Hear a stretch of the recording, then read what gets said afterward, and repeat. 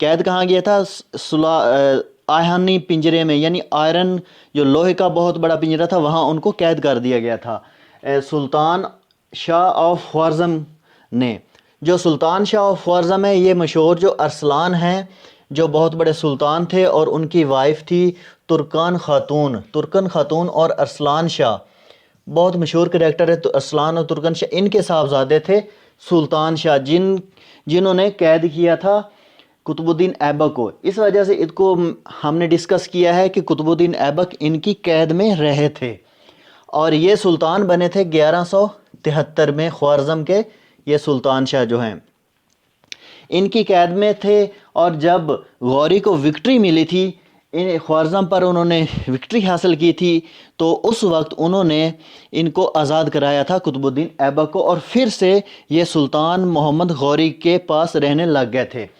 تو اس کے بعد ایک بیٹل ہوئی تھی، battle of Tarain, second battle of Tarain. First battle of Tarain جو ہے وہ 1191 میں ہوئی تھی، اور سیکنڈ بیٹل آف ترائن جو ہے وہ ہوئی تھی 1192 میں۔ یہ بیٹل ہوئی تھی پرتھوی راج چوہان اور محمد غوری کے بیچ میں۔ پرتھوی راج چوہان فرسٹ بیٹل میں جو 1191 میں ہوئی تھی، پرتھوی راج چوہان جی تھے وہ یعنی ان کو وکٹری ملی تھی، اور دوسری بیٹل جو سیکنڈ بیٹل تھی اس میں غوری کو وکٹری ملی تھی۔ تو اس وقت جو انڈین ٹیریٹریز جو تھی، ان علاقے تھے، ان کا انچارج بنا دیا گیا تھا قطب الدین ایبک کو۔ محمد غوری نے انچارج بنا دیا تھا، انڈین چارج ان کو دے دیا تھا۔ اس کے بعد غوری جو تھے ان کی ڈیتھ ہوئی تھی 1206 میں جہلم کے مقام پر۔ گکھڑ قبائل جو تھے پنجاب کے، انہوں نے ان کو قتل کر دیا تھا غوری کو۔ غوری قتل ہوئے تھے 1206 میں۔ اس کے بعد ایک مطلب کہ کشمکش شروع ہو گئی تھی کہ دلی کا اب سلطان کون بنے گا۔ تو جو ایک تاج الدین یلدیز تھے، اور نصیر الدین قباچہ تھے، اور قطب الدین ایبک تھے۔ یعنی جو تاج الدین یلدیز تھے، ان کے داماد تھے قطب الدین ایبک، اور قطب الدین ایبک کے داماد تھے نصیر الدین قباچہ۔ ان کے بیچ میں ایک ڈپلومیسی شروع ہو گئی تھی، لیکن بالآخر وکٹری ملی تھی قطب الدین ایبک کو۔ بعض یہ بھی کہا جاتا ہے کہ جو یلدیز تھے ان کے ساتھ ان کی جنگ ہوئی تھی، اور قطب الدین ایبک نے یلدیز یعنی اپنے سسر کو واپس دھکیل دیا تھا غزنی کی جانب۔ تو یہ 1206 میں پھر کنگ سلطان بن گئے تھے قطب الدین ایبک، ان کو پیچھے دھکیل کے۔ اور غیاث الدین جو تھے یہ غوری تھے، غیاث الدین غوری، اور غوری کی جو پوری سلطنت تھی غور، اس کے یہ مطلب کہ انچارج ہندوستان میں، یا اس کے مطلب کہ ان کے ایک طرح سے نائب بنا دیے گئے تھے، اور غیاث الدین جو تھے انہوں نے اس کی حکومت کو تسلیم کر لیا تھا ہندوستان میں غیاث الدین غوری نے 1206 میں۔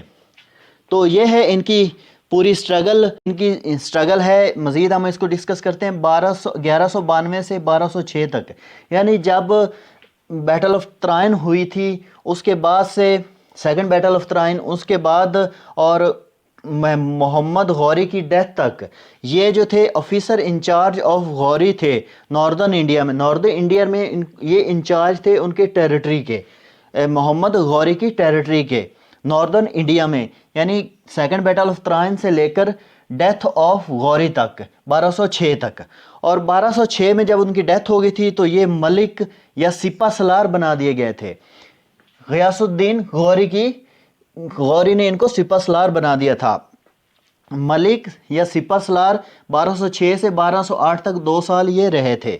یعنی ان کو ایسے بھی کہا جاتا ہے کہ انفارمل سوورین تھے، فارمل نہیں تھے، پرماننٹ نہیں تھے۔ محمد غوری تھے کی جو ٹیریٹریز ہیں ان کے یہ تھے انفارمل سوورین 1206 سے 1208 تک۔ اور سوورین رولر یہ کب بنے تھے؟ یہ رولر بنے تھے 1208 میں یہ رولر بنے تھے، اور 1210 تک رہے تھے۔ 1210 میں ان کی ڈیتھ ہو گئی تھی۔ سوورین رولر یہ 1208 سے 10 تک رہے تھے۔ یہ امپورٹنٹ کویسچن ہے، 1208 تک یہ سوورین رولر رہے تھے۔ اور آگے ہم دیکھتے ہیں کہ انہوں نے کیا کیا مطلب کہ چیزیں یہاں بنوائی تھی، یا کیا کیا ان کے امپورٹنٹ جو آرکیٹیکچر ہے وہ ہم دیکھتے ہیں۔ سب سے پہلے ہے 2.5 دن کا جھونپڑا۔ 2.5 دن کا جھونپڑا انہوں نے بنوایا تھا اجمیر میں۔ 2.5 دن کا جھونپڑا کیا ہے؟ یہ ایک مسجد ہے، انہوں نے مسجد بنوائی تھی 2.5 دن کا جھونپڑا اجمیر میں. یہ کہا جاتا ہے یہ 2.5 دن میں تعمیر کی گئی تھی مسجد، اس لیے اس مسجد کا نام 2.5 دن کا جھونپڑا ہے. لیکن اب یہ امپوسیبل ہے کہ 2.5 دن میں کوئی مسجد تعمیر ہو اتنی بڑی، یا شاید بنوا بھی دی ہو.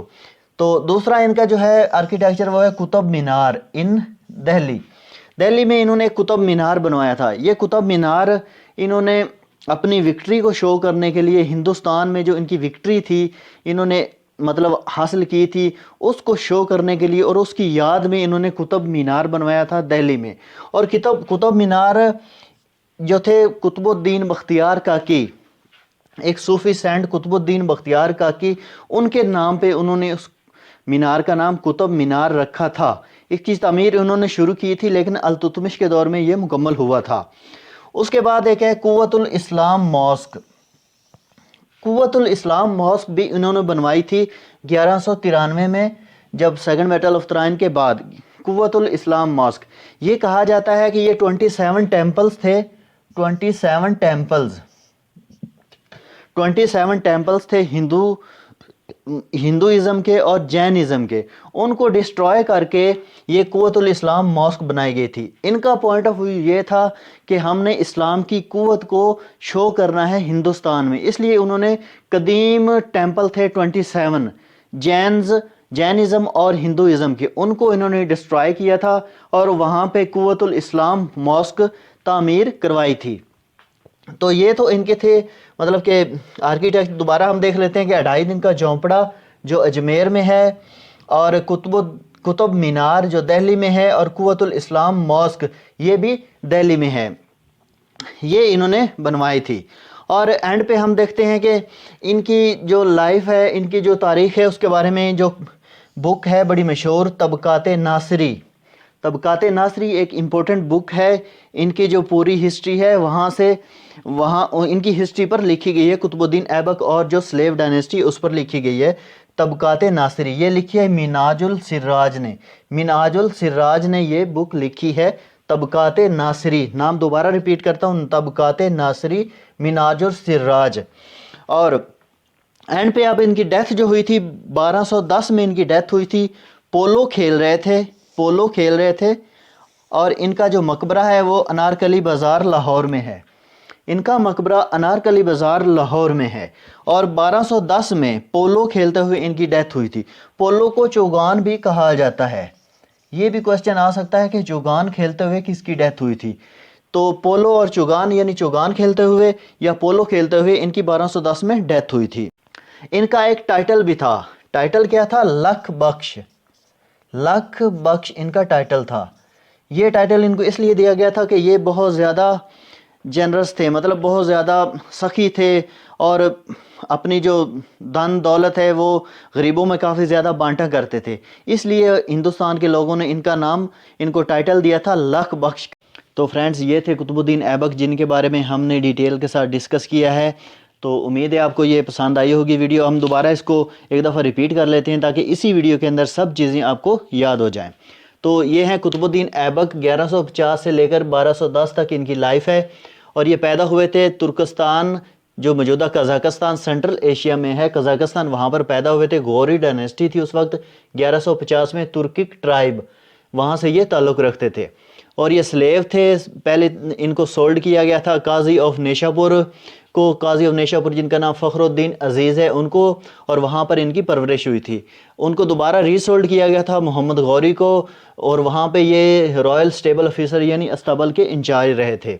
پھر سلطان شاہ جو خوارزم ہے اور ان کے غوری کے بیچ میں ایک بیٹل ہوئی تھی، قید کر لیے گئے تھے سلطان شاہ کے دوارا، اور غوری ان کو دوبارہ ان کو چھڑا کر واپس لے آئے تھے اور اپنے پاس رکھ لیا تھا. سیکنڈ بیٹل آف ترائن جو ہوئی تھی اس میں غوری کو وکٹری ملی تھی پرتھوی راج چوہان کو شکست 1192 میں. تو پھر انڈین انچارج ان کو لگا دیا تھا ناردرن انڈین اسٹیٹس میں. اور غوری جو 1206 میں ڈائیڈ، ان کی ڈیتھ ہوئی تھی. تاج الدین یلدیز ان کے سسر تھے، اور قباچہ نصیر الدین قباچہ ان کے ساتھ ان کی ڈپلومیسی چل رہی تھی. اور تاج الدین یلدیز کو انہوں نے دھکیل دیا تھا واپس غزنی میں، اور پھر دلی پر انہوں نے اپنا راج قائم کیا تھا. غیاث الدین جو غوری تھے انہوں نے ان کا راج تسلیم کیا تھا 1206 میں. اور پہلے آفیسر انچارج رہے تھے غوری کے 1192 سے 1206 تک، 1206 سے 1208 تک یعنی کہ ملک یا سپر سالار کا ٹائٹل انہوں نے حاصل کیا تھا، اور غوری ٹیریٹری کے ایک انچارج قسم کے سب انچارج کے طور پر 1206 سے 8 تک رہے تھے، اور 1208 سے 1210 تک 2 سال یہ فلی سوورین رولر رہے تھے، یعنی سلطان رہے تھے۔ سلیو ڈائنیسٹی انہوں نے سٹارٹ کی تھی 1206 میں۔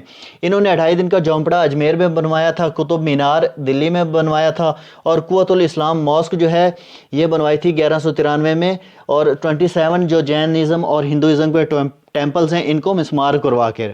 اور طبقات ناصری مناج السراج نے کتاب لکھی تھی ان کی لائف کے اوپر، طبقات ناصری، اور یہ 1210 میں ان کی ڈیتھ ہوئی تھی پولو کھیلتے ہوئے۔ انارکلی بازار لاہور میں ان کا ٹامب ہے وہاں پہ، اور ان کو لکش بخش بھی کہا جاتا ہے۔ لکش بخش کا مطلب ہے بہت زیادہ دھن دولت غریبوں میں بانٹنے والا، اور چوغان بھی پولو کو کہا جاتا ہے، لکھ بخش ان کا ٹائٹل تھا۔ تو فرینڈز یہ تھی آج کی ویڈیو جو ہم نے بنائی ہے قطب الدین ایبک کی لائف پر، اور ان کی جو پوری مطلب کہ ڈائنیسٹی تھی سلیو ڈائنیسٹی۔ سلیو ڈائنیسٹی کو ہم نے شروع کیا ہے، فرسٹ جو سلطان ہے سلیو ڈائنیسٹی کے قطب الدین ایبک، ان کو آج ہم نے ڈسکس کیا۔ تو امید ہے آپ کو یہ ویڈیو پسند آئی ہوگی۔ اگر آپ کو ویڈیو پسند آئی ہے تو پلیز ویڈیو کو لائک کر دیں، اور اپنے کمنٹس کے ذریعے اپنی رائے کا اظہار ضرور کریں، اور چینل کو اگر ہو سکے تو سبسکرائب بھی کر دیں۔ آپ کا بہت بہت شکریہ۔